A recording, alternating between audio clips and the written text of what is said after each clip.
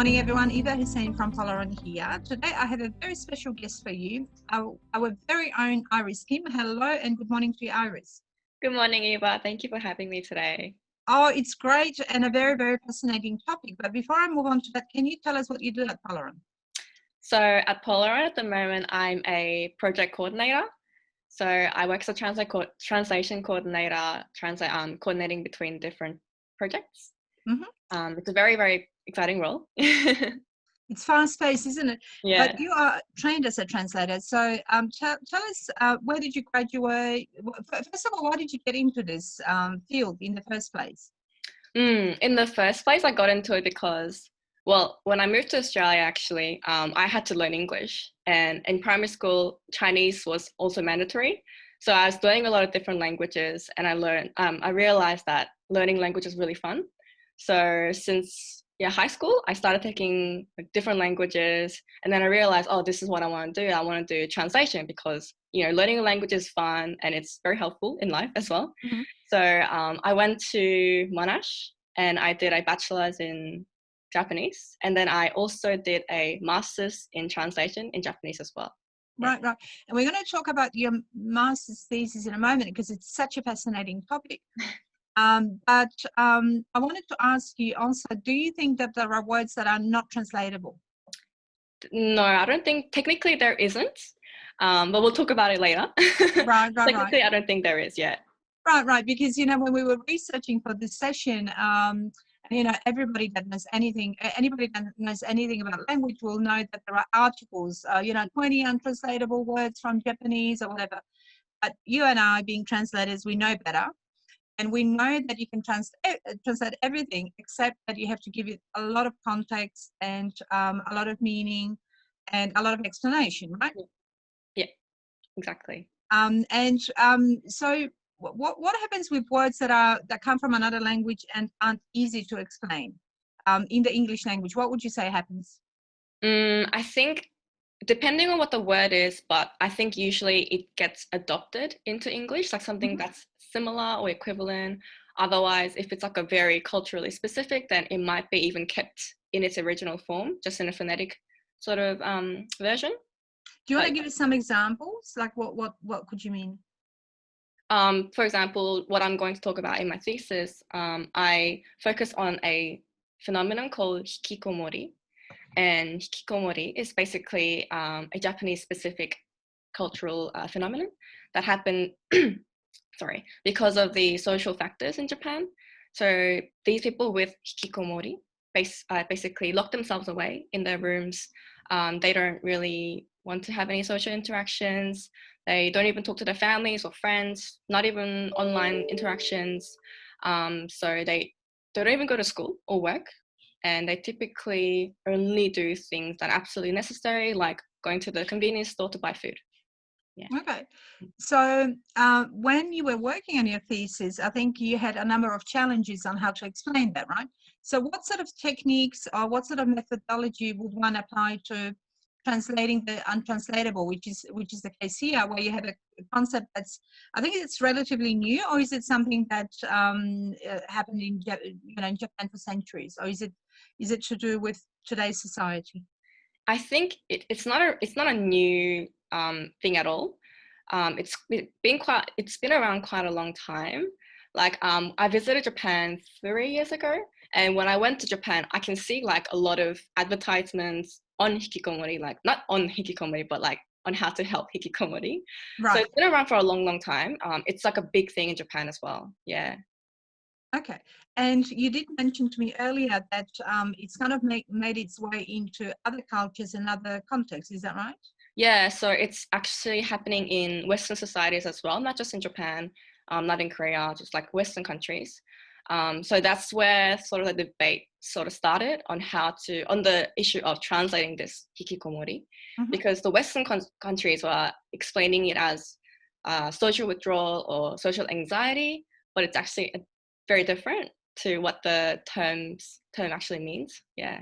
So how would you explain it to us? So is it like a cult? Is it like a how would you? Is it a social movement? Is it perceived in a negative way, or is it something neutral? And like you also talked about earlier about housing that's available or provided for people that are like, what would you say, have it or suffer from it? Like, how would you describe it? So some people, it's a 50-50 sort of opinion. Some people think it's a psychological disorder, and some people are saying, oh no, we shouldn't call it disorder because there's a stigmatism, right? Mm-hmm. I personally don't think we should call it a disorder, but some people do. It's not a cult, it's not a social movement, but it's just a phenomenon that happens. Like, I guess it's very similar to social withdrawal in English. Yeah, very Okay. similar, but a little bit different. And regarding the housing, yeah, so there's this facility in Japan. Basically, it was made for people who have hikikomori or who experience hikikomori, I'd say. So they can go to this facility and they can stay there as long as they want. They don't have to do anything. They don't have to interact with the staff there. They just go there and they have their own space to feel safe. Yeah. Mm-hmm, mm-hmm. And working on your thesis or looking into this phenomenon, how did it help you become a better translator? I think it made me see a lot more and think a lot more about things when I translate, because as I mentioned, there were a lot of different terms in the novel other than hikikomori that I had to think on how to translate because they were also culturally specific.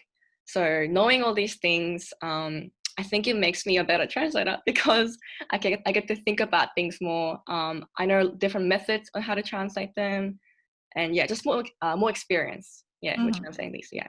Right. And now that you work as a project coordinator, how does being a translator help you be a better project coordinator, Iris?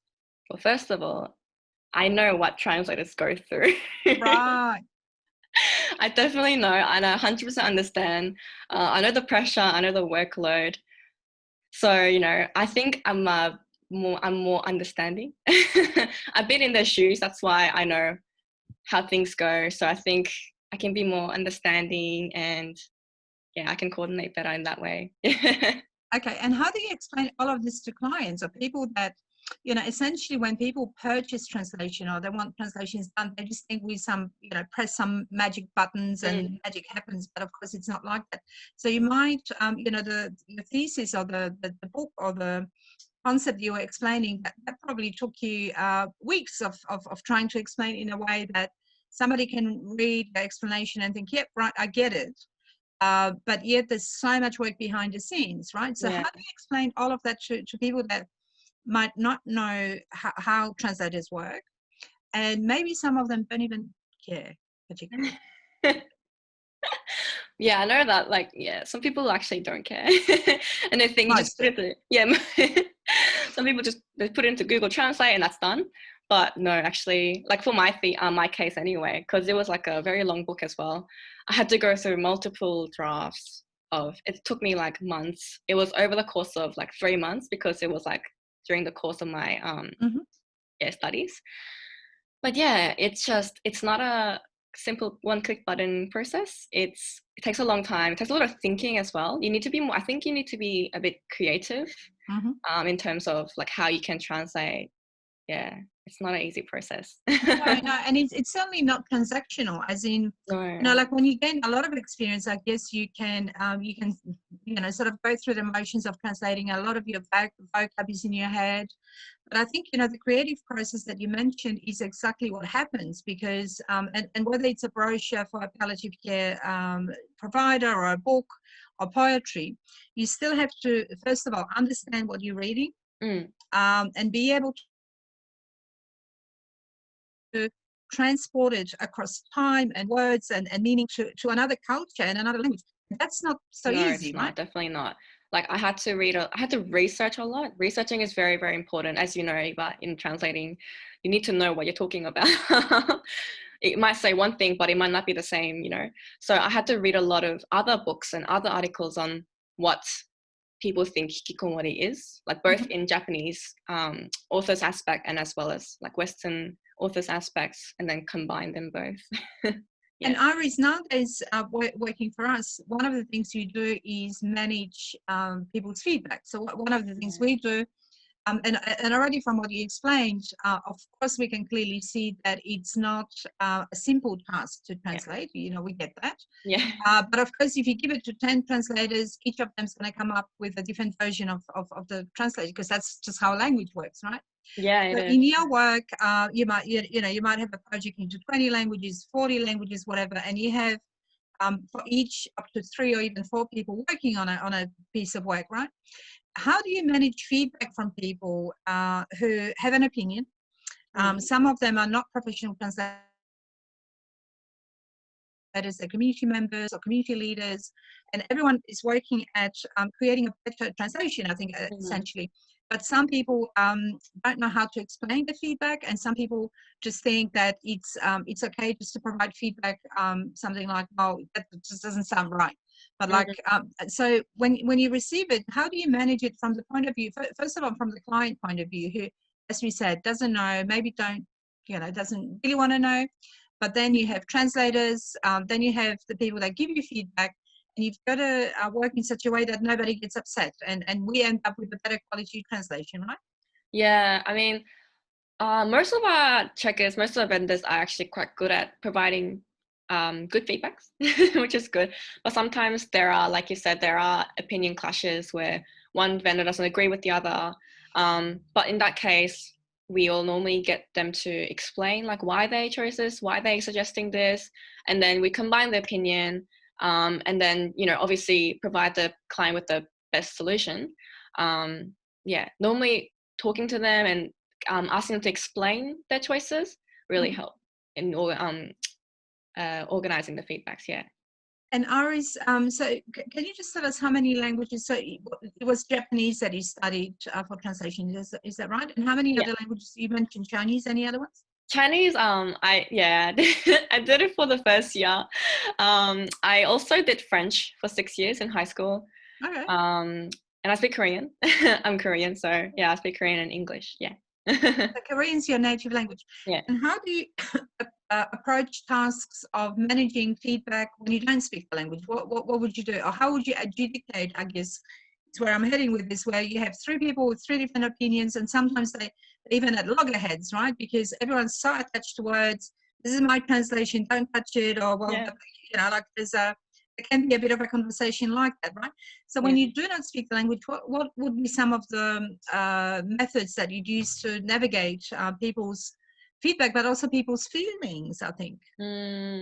People's feelings, it's a bit hard to, you know, tell them, oh, your translation is bad. I would never say that. No. No. I always like explain to them in a nice way. Could you please explain it? And then when they explain it, it all makes sense. And sometimes when the feedback is not necessary, often vendors can't explain. So that's, you know, very obvious. So one of the things will happen in that context is that you know, when you check somebody's translation, or when you review it, you read it and you think, that's not quite right, or it doesn't sound right. But like, unless I think it's fair to say, and you can correct me if I'm wrong, but unless they can explain it to you, it's not valid. It's like, you know, it's a feeling. It's, you know, you need to have words in English to explain to Iris, well, actually, you know, in a grammatical sense, or in some way that makes sense to you, because you don't speak the language, and you need to adjudicate this feedback that can be quite emotional, because like you said, you know, translators will spend a lot of time researching the topic. They will craft their words and sentences very carefully. They're very proud of the work. And then we give it to someone who says, well, that's wrong, and that's wrong, and that's wrong. And I can't actually tell you why I say that. Yeah. Exactly. It's important to explain.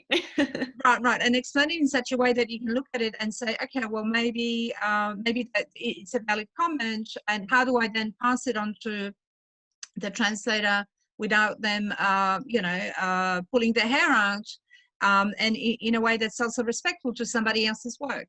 Yeah. Well, sometimes we filter feedbacks. Like if they can't explain them, they can't explain it, then, you know, I will still tell the translators, oh, this is what the checker has said, but I don't really have an explanation why he said that. So it's up to them. And they normally, most of the time they just discard it because they don't really have a reason on why they said the suggestion. But yeah, explanation is always helpful. Right, right. So in terms of language families, so linguistics was something that you studied at school, right, as well? Yes. So in preparation for this session, I was looking at, how many languages there actually are. So according to Ethnologue, which is the, like an encyclopedia of languages, there's currently 7,117 languages. So these are distinct languages, not dialects, not Creole, not Pidgin, but of course, what happens is that they also die. Australia is a very good example. Did you cover Indigenous languages in your studies at all? I didn't, but my friend she actually wrote her thesis on how to translate Aboriginal languages into French. It was really, really, really interesting. Yeah. It's pretty niche. Yeah. The other thing I'm looking at is that out of the 7,000 languages, 90% of them are spoken by fewer than 100,000 people.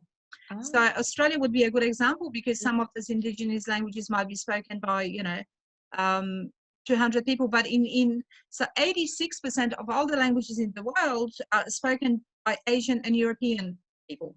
Oh, wow. So, and between 150 and 200 languages are spoken by more than 1 million people. And of course, a language like Mandarin is spoken by 2 billion or, whatever the current number is. Yeah. But it's just interesting that in terms of where I'm heading with this is in terms of languages that you would help coordinate, we have the common languages in our top 10 or top 20, but also a few of the rare languages are ones that are kind of emerging in Australia. Can you give us a few examples of those ones? Yeah, so the one I can think of that came straight to my mind was a language called Chaldean. Chaldean, yeah. That was really interesting. And what else was it? Zomi and Polaron. I didn't actually know. Where's Zomi spoken? I think Zomi, we have one vendor who does it. I think it's like in Burmese sort of language. Yeah. And so is Karen, of course. Yeah, and Fallon. I actually didn't know they existed. And yeah, that was one of the, this is one of the most interesting part of being a project coordinator. I get to see all the different scripts. That's really, really interesting. I get to see how many languages there actually are. Yeah, it's very interesting. Yeah. So, just going back to Australia briefly, and we have, if anyone's interested in Indigenous languages, we've done a couple of webinars and live sessions with people that actually know what they talk about, what they're talking about, and specifically working with them. But, nobody really knows how many Aboriginal languages were at the time of settlement.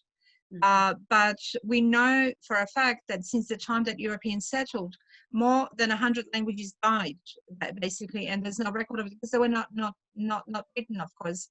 So I think in terms of how many languages, Indigenous languages are spoken in Australia, that varies, but some are spoken by 2 or 5 people, so not many at all. Yeah, it's quite sad. It is. It is. Look, I am looking for words now that have made it into English that people don't think that they come from another language because they've become so ingrained into the language. Can you think of any? Like all the French words, like vis-a-vis, cul-de-sac. What else is there? What about from Japanese or Korean? Are there any? Well, kimchi is a good example. Everybody knows what kimchi is. Including your cat? Yeah. You know about your cat? My cat's name is Kimchi. Like Japanese word karaoke, it's a Japanese word, but everyone knows that's karaoke. Like, let's go karaoke. Sushi? Yeah, sushi. All the food names, basically. Right. So, and where I'm heading with this, of course, is that if there's food is a very good example. Like it's made of something that you might not be familiar with. So how do you translate it? You don't translate it. You give it a name, and you give it the same name as in the original language, and then once the food has made its way into, into our restaurants or shopping centers or whatever, everybody knows what it is. And that's one of the things that I guess that one of the techniques that you use for your thesis. So I just wanted to bring you back to that, and maybe if you could give us a bit more explanation about some of the methods that you've used to, to explain some of those more difficult concepts. Yeah. So in terms of methods, I'll focus on the one word hikikomori, and because the whole novel was focused on this one term, I thought it would be best to insert a translator's note at the start of the novel. So it was very extensive. So I explained what the concept is and how it came about and why there's such a conundrum, why there's so many debates regarding this one term. And then in the actual novel, I remember on the first page, it introduced the word hikikomori. And so I inserted a extra sentence on what hikikomori is. It wasn't in the original source text, but I just inserted it. And then I also inserted like a footnote saying, see translator's note for more information. But I used the hikikomori as it is in the phonetic form in the target text as well. Mm-hmm. And what sort of feedback would you get from your supervisor? Because it sounds to me like, what you did was a labor of love, I guess, essentially, because you're so passionate about languages. Was it what sort of relationship did you have to develop with your supervisor at the university? They're very supportive, and they actually agreed with me in saying we should keep this in its original phonetic version because it's so Japanese. You can't explain it in English. If we had to explain it in English, I would have to insert the whole translator's note in the actual text. So they said, having the translator's note at the start of the novel was actually a good idea. But also they felt like we needed to say in the novel as well, because let's be honest, not everyone's going to read the translator's note at the start of the novel. So yeah, that's how it came about, the whole method. Yeah. And what of it can you use as a translator, just doing everyday things? Not many translators actually work on books or things of that nature. So what would you advise to do a translator where they come across a term that's really difficult to do? So, I'm talking about even basic concepts like a concept of carer, or, because it just doesn't exist in some cultures in that sense that we've got, yeah? Yeah. So personally, I would, get something that's equivalent in English or in the language. And then I would put in brackets what the English for carer, because I've actually seen it a lot in our translators' work. We've come across a lot of carer term, and they would translate it in their language, and then they would put carer in English. Like, for example, I think it was Karen. They don't really have a specific word for carer, so she translated it, and then she also put it in English as well. So that was understandable in both ways. Yeah. Right. Because like some of the concepts and some of the techniques you're talking about, when you do a research project, like essentially what your thesis was, you can look through your methodology and apply a similar concept to, as I said, everyday translations. But of course, what happens in English in particular, in the space of health or aged care, is that we change the way we speak of certain things. So for example, we do not say suffering from mental illness anymore. Have or suffering from disability, or we don't even say to be disabled, we say have a disability. And there are important considerations as to why we would do that, but it takes much longer for those concepts or these principles, I guess, of the way that we use language to make it in other languages, right? Yeah, it is. It's a very sensitive topic, yeah. But I think I know when I started my studies, they were talking about, this whole movement of not labeling and not having like stigmatism, saying to be disabled, like you said, to say like experience this. So that's why, like, same with my my thesis, actually, when I was saying about the term hikikomori, like in Japanese it would say like they have hikikomori, right, or people with hikikomori, or like, yeah, but then if I had translated as they suffer hikikomori, or like they have hikikomori, it makes it sound like it's a disease or like an illness, which it isn't, right? Yeah, which it isn't. I personally don't think so. And that's why I chose the word like experience. People who experience hikikomori, it's an experience, not a disease, just a part of the life phase that goes through everyone's life. Yeah. Right, right. And I think that's a really important point you made there, Iris, in that a lot of our work as translators or project managers is educating and also being conscious of the social constructs around certain things like disability or mental health or domestic violence or whatever it may be. Because if we're not careful with how we use that language and how that's translated, entire communities might not actually understand what we're trying to say. Yeah. And something as simple as changing from, suffering from mental illness to having or experiencing, right? And I think we obviously, brief our translators and work with them on getting it right. Because at the end of the day, their brochure, their website, or whatever they produce will be read by people who will make life decisions based on the words on the word choices we use. So I think your thesis proves a very important point that you do need to research a lot and understand what you're trying to translate before you translate it. Yeah, exactly. Easy enough just to be flippant and say, well, social disease or whatever, but you didn't do that. You had to dig really, really deep. And you had the luxury of doing that, of course, because it was a university project and hopefully you got a good mark. But as translators, we come across concepts like that daily, if not hourly, and how we craft our words really may affect entire communities, right? Exactly, yeah. Like you might not think there's a difference between all these small things. Can't even really think of an example, but being trained as a translator in everyday life, in English as well, I'm very like specific on what word I choose to say because I know there's a difference. And other people might not know because, they don't really care about the small stuff, but yeah, small words, they really do make a difference, yeah.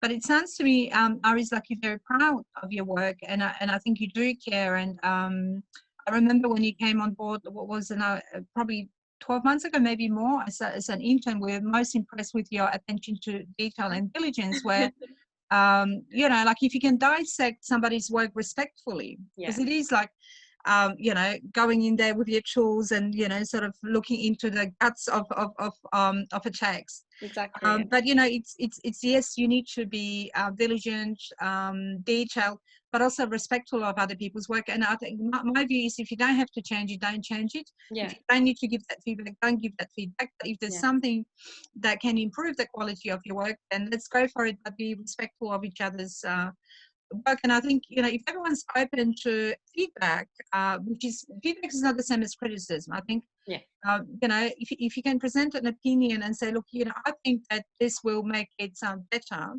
for those reasons, then that's a conversation that you can have with everybody or anybody, and they'll be like, yep, that makes sense, I'll take it on board, or maybe I don't agree with it, or whatever it is, right? Yeah, exactly, yeah. Okay, so look, we have quite a few questions.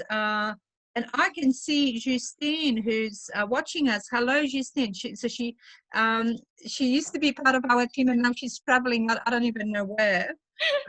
Really good to see your smiley face there, smiling face, Justine.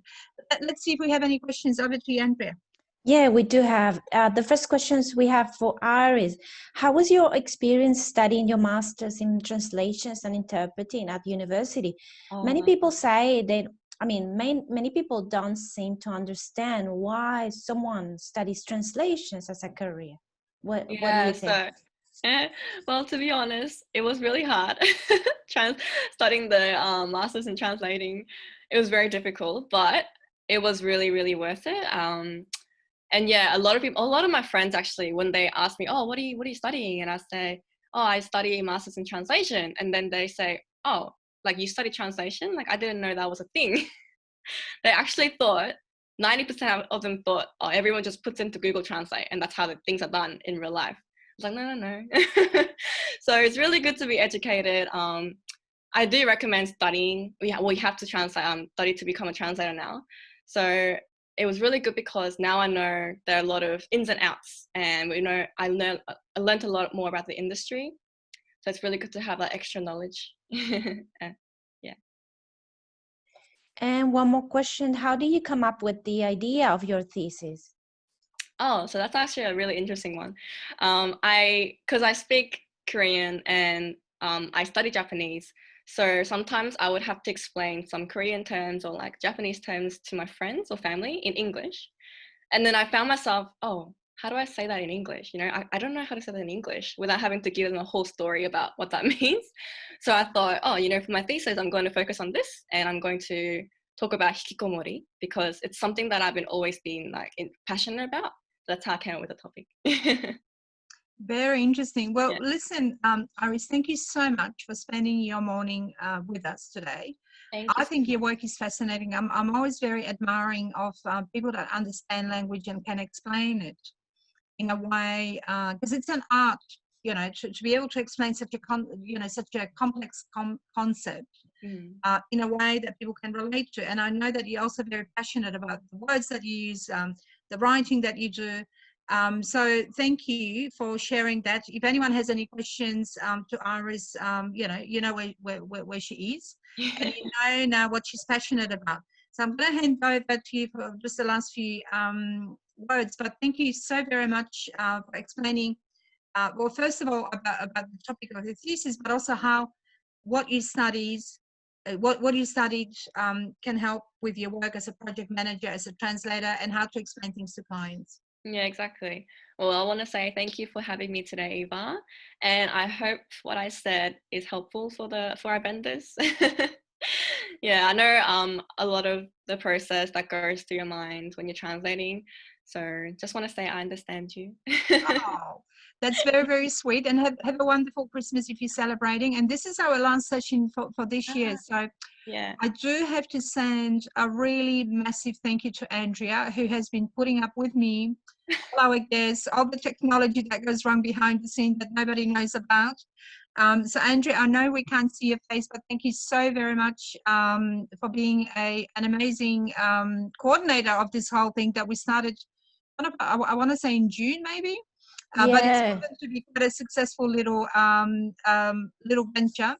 So on that note, I'm going to hand over to you, Andrea, for the last few words to wrap up 2020. I know you're not prepared, but that's okay. I'm not, but thank you so much for your kind words. It's been a real pleasure. It's been a very intense year, but I'm hopeful that 2021 will be the best year of all for Polaron and for all our clients. Absolutely. Well, on that note, thank you so much, Iris. Thank you, Andrea, and thank you, everybody, for watching. And we'll see you in 2021.